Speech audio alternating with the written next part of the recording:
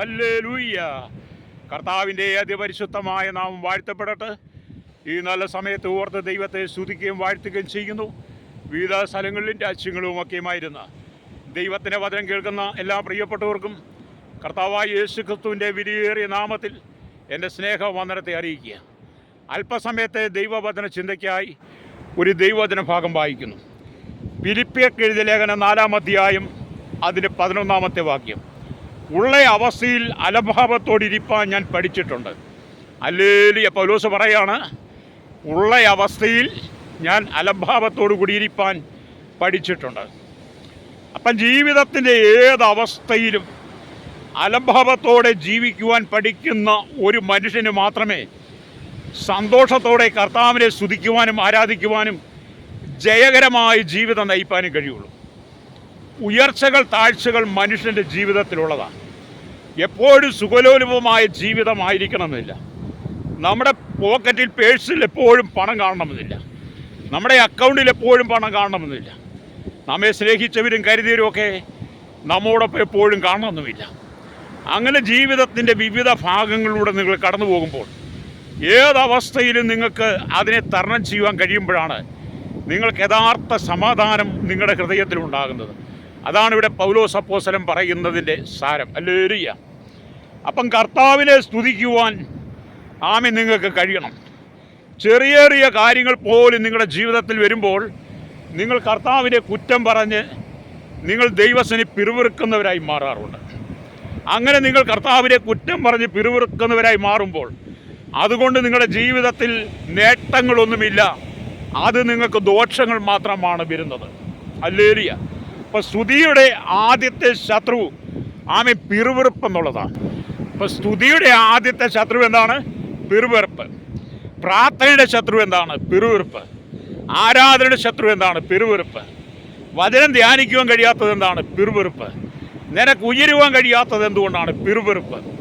അതുകൊണ്ട് എന്നെ കേൾക്കുന്ന മാതാവേ, പിതാവേ, നിന്റെ ജീവിതത്തിന് ജീവിതത്തിൽ നിൽക്കുന്ന ജഡത്തിൽ നിന്ന് ഉയർന്നു വരുന്നതിൻ്റെ പിറുവിറുപ്പിൻ്റെ അനുഭവത്തെ നീ മാറ്റിക്കളയുന്നെങ്കിൽ മാത്രമേ നിനക്ക് ഉയർച്ച പ്രാപിക്കാൻ കഴിയുള്ളൂ.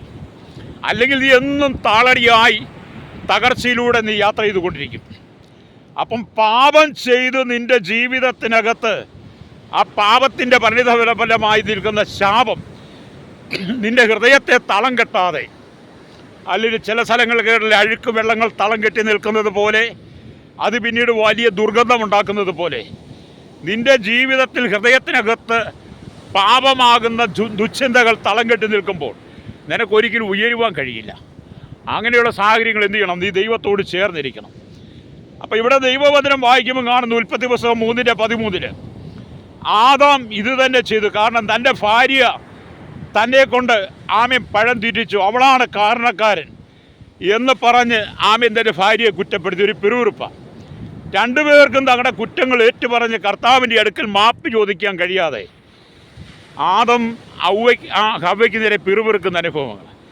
ആ പിറുവിറുപ്പ് സകല ജനത്തിൻ്റെ ജീവിതത്തിൽ നിൽക്കുകയാണ്. ഹല്ലേലൂയ. മിസ്രൈമിൽ നിന്നും പുറപ്പെടുവിച്ചു കൊണ്ടുവന്ന ഇസ്രായേൽ ജനം അവർ ചെങ്കടക്കരയിൽ വെച്ച് യഹോവയായ ദൈവത്തോട് പിറുവിറുത്തു. അവർ മോശയോട് പിറുവിറുക്കുക. അത് യഹോവയായ ദൈവത്തോടുള്ള പിറുവിറുപ്പാണ്. ദൈവം ചെങ്കടൽ വിഭാഗിച്ചവരെ മറുകര കടത്തി. അവർക്ക് രാവിലെ ഭക്ഷിപ്പാൻ വേണ്ടി ദൈവദൂതന്മാർ കഴിക്കുന്ന മന്ന കൊടുത്തു. എന്നിട്ട് അവർ പിറുപിറുത്ത് അവർക്ക് തിന്മാൻ ഇറച്ചിയില്ല എന്ന് പറഞ്ഞു. അവർക്ക് ഇഷ്ടം പോലെ തിന്നുവാൻ കാടപ്പക്ഷികളെ ദൈവം കൊടുത്തു. എന്നിട്ട് അവർ പിറുപിറുക്കുക ചെയ്തത്. അവർക്ക് കുടിക്കുവാൻ വെള്ളമില്ലാതെ വന്നപ്പോൾ പാറയിൽ നിന്ന് വെള്ളത്തെ അവർക്ക് കൊടുത്തു. ഇതെല്ലാം അനുഭവിച്ചിട്ട് ഇസ്രായേൽ പിറുപിറുക്കുക ചെയ്തത്. അപ്പോൾ ഈ പിറുപിറുപ്പ് ഇസ്രായേലിൻ്റെ ജന്മ സ്വഭാവമായിരുന്നുവെന്ന് പുറപ്പാട് പുസ്തകം 16-ാം അധ്യായം അതിൻ്റെ 7-ാമത്തെ വാക്യത്തിലും ആവർത്തന പുസ്തകം 1:27 കാണാൻ കഴിയുന്നുണ്ട്. സംഖ്യാപുസ്തകം 14:20 വരുമ്പോഴും മരുഭൂമിയിൽ വെച്ച് ഈ മനുഷ്യൻ പിറുപിറുത്ത മുഖാന്തരം സകലരും പെട്ടുപോയി. നമ്മൾ ദൈവത്തിന് പിറുപിറുക്കുക എന്ന് പറയുമ്പോൾ കർത്താവിൻ്റെ ഹൃദയത്തെ വിഷമിപ്പിക്കുന്നതാണ്. അതുകൊണ്ട് എന്നെ കേൾക്കുന്ന മാതാവേ, പിതാവേ, കർത്താവിൻ്റെ ഹൃദയത്തെ വിഷമിപ്പിക്കുന്നതായ യാതൊരുവിധ പ്രവൃത്തിയിലേക്ക് നീ പോകാതെ ദൈവത്തിന് പ്രസാദമുള്ള ജീവിതം നയിപ്പാൻ നിന്നെ ഒരുക്കിയെടുക്കണം. ഹല്ലേലൂയ. പാപം നിറഞ്ഞ ജീവിതത്തിൽ പിറുപിറുക്കുവാൻ നിന്നെ പ്രേരിപ്പിക്കുന്നത് പിശാച.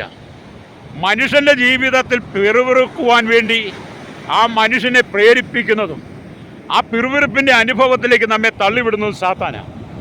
ഭാര്യ ഭർത്താക്കന്മാർ തമ്മിലുള്ള പിറുപിറുപ്പ്, അമ്മായിയമ്മ മരുമോൾ തമ്മിലുള്ള പിറുപിറുപ്പ്, അപ്പനും മക്കളും തമ്മിലുള്ള പിറുപിറുപ്പ്, സഭയ്ക്കകത്തെ പിറുപിറുപ്പ്, ജോലി സ്ഥലത്തെ പിറുപിറുപ്പ്, നിന്റെ ജീവിതത്തിൽ മുഴുവൻ പിറുപിറുപ്പ്. അതുകൊണ്ട് നിനക്ക് എന്താണ് നേട്ടം? നീ പിറുപിറുക്കും തോറും നീ ദൈവത്തെ വിഷമിപ്പിച്ചു കൊണ്ടിരിക്കുക. അത് നിന്നെ മരണത്തിലേക്ക് നയിക്കുക. പിറുപിറുക്കുന്ന വ്യക്തിക്ക് ഒരിക്കലും അനുഗ്രഹം പ്രാപിക്കാൻ കഴിയില്ല. അവർക്ക് നന്മ കാണാനും കഴിയത്തില്ല. എന്ന് ദാവീദ് പറഞ്ഞതുപോലെ നിനക്ക് പറയാൻ കഴിയണം. വനാന്തരത്തിൽ ആടുകളെ മേയ്ക്കുന്ന അനുഭവമാണെങ്കിലും മാതാപിതാക്കളെയും സഹോദരങ്ങളെയും ആരുടെയും സ്നേഹം കിട്ടിയില്ലെങ്കിലും ദാവീദ് പറഞ്ഞതുപോലെ പറയാൻ കഴിയുമോ? നന്മയും കരുണയും എൻ്റെ ആയുഷ്കാലമൊക്കെ എന്നെ പിന്തുടരും, ഞാനോ യഹോവയുടെ ആലയത്തിൽ ദീർഘകാലം വസിക്കുമെന്ന് സംഗീതത്തിൻ്റെ പുസ്തകം 23:6 പറയുന്നത് പോലെ എന്നെ കേൾക്കുന്ന മാതാവേ, പിതാവേ, ജീവിതത്തിൻ്റെ ഏതൊരനുഭവത്തിലും ഏതവസ്ഥയിലും ദൈവത്തിന് നന്ദി പറയുവാൻ കഴിയണം. കഷ്ടതകളുണ്ട്, കഷ്ടപ്പാടുകളുണ്ട്, ദുരിതങ്ങളുണ്ട്, ദുഃഖങ്ങളുണ്ട്, കണ്ണുനീരുകളുണ്ട്, എല്ലാം ഉണ്ട്. ശരിയാ. ഈ ഭൂമിയിലെ ജീവിതം എന്ന് പറയുന്നത് ഒരുപാട് കഷ്ടതകളെ തരണം ചെയ്തെങ്കിൽ മാത്രമേ നമുക്ക് വിജയിക്കാൻ കഴിയത്തുള്ളൂ. അതുകൊണ്ട് ഒരിക്കലും നിങ്ങൾ പിറുപിറുക്കരുത്. സാമ്പത്തിക ഞെരുക്കം വന്നാൽ, ശാരീരികമായ ക്ഷീണം വന്നാൽ, ജീവിതത്തിൽ ഒറ്റപ്പെടുന്ന അനുഭവം വന്നാൽ, ജോലി കാര്യങ്ങൾ കുറയുമ്പോൾ, കടങ്ങൾ വർദ്ധിക്കുമ്പോൾ, നീ പരിഹസിക്കപ്പെടുമ്പോൾ, നിന്ദിക്കപ്പെടുമ്പോൾ, നിന്റെ സഹോദരങ്ങളെല്ലാം കൂടെ ഒറ്റപ്പെടുത്തുമ്പോൾ, അങ്ങനെ നീ കടന്നു പോകുന്ന ജീവിതത്തിൻ്റെ ഏത് മേഖലയിലും നീ പിറുപിറുക്കാതെ ദൈവത്തിന് ഏൽപ്പിച്ചു കൊടുക്കണം. അപ്പം അതുകൊണ്ടാണ് പൗലോസ് പറയുന്നത്, ഉള്ള അവസ്ഥയിൽ ഹല്ലേലൂയ അലംഭാവത്തോടിരിപ്പാൻ ഞാൻ പഠിച്ചിട്ടുണ്ട്. അപ്പം ഞാൻ പറഞ്ഞില്ലേ, താഴ്ചകളും ഉയർച്ചകളും ഒക്കെ വരും. അവിടെയൊക്കെ നമ്മൾ പിറുപിറുക്കാതെ ദൈവത്തിന് വേണ്ടി നിൽക്കണം കേട്ടോ. ഹല്ലേലൂയ. ഒരു ജീവിതം എന്നൊക്കെ പറയുന്നത് പട്ടുമെത്തയുടെ അനുഭവമല്ല. കഷ്ടതയുടെയും കഷ്ടപ്പാടുകളുടെയും ദുരിതങ്ങളുടെയും ദുഃഖത്തിൻ്റെയും രോഗത്തിൻ്റെയും അനുഭവങ്ങളിലൂടെയാണ് ജീവിതം എന്ന് പറയുന്നത്. ഇതെല്ലാം മനുഷ്യർക്കുമുണ്ട്. കുടില് തൊട്ട് കൊട്ടാരത്തി വരെ പാർക്കുന്നവർക്ക് ഇങ്ങനെയുള്ള കഷ്ടതകൾ കടന്നു വരുമ്പോൾ അവിടെ നീ പിറുപിറുക്കാതെ സകലത്തിന്മേലും ജയം തരുന്ന യേശുവിൻ്റെ സന്നിധിയിൽ നിന്റെ സകല വിഷയങ്ങളെ ഏൽപ്പിച്ചുകൊണ്ട് നീ പ്രാർത്ഥിക്കുന്നെങ്കിൽ സ്വർഗത്തിലെ ദൈവം നിനക്ക് വേണ്ടി ചില അത്ഭുതങ്ങളെ ചെയ്യും. വിശ്വസിക്കുന്ന എനിക്ക് സ്തോത്രം പറഞ്ഞാട്ടെ. എനിക്കറിയാം എല്ലാവരും പിറുപിറുപ്പുകാരാ. അതുകൊണ്ട് എന്താണ് നമ്മുടെ നന്മകൾ തടയുക, നമ്മുടെ ഉയർച്ചകൾ തടയുക, നമ്മൾ തന്നെ നമ്മുടെ ഉയർച്ചയ്ക്ക് ശത്രുവായി മാറുക. നിൻ്റെ കുടുംബത്തിന് നീ തന്നെ ശത്രുവായി മാറരുത്.